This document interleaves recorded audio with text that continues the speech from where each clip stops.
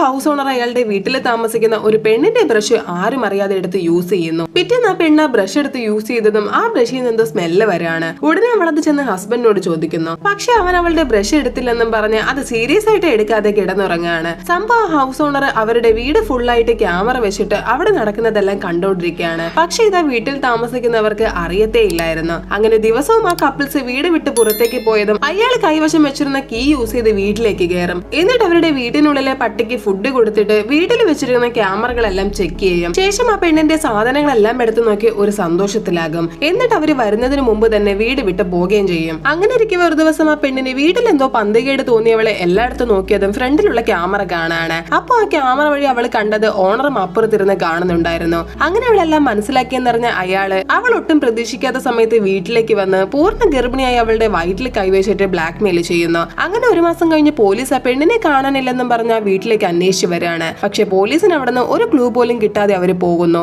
അപ്പൊ പോലീസ് പോയ ശേഷം അയാളുടെ വണ്ടിയിലേക്ക് വന്ന് കയറിയതും കാറിനുള്ളിൽ ഒരു കൊച്ചു കുഞ്ഞ് ഇരിപ്പുണ്ടായിരുന്നു.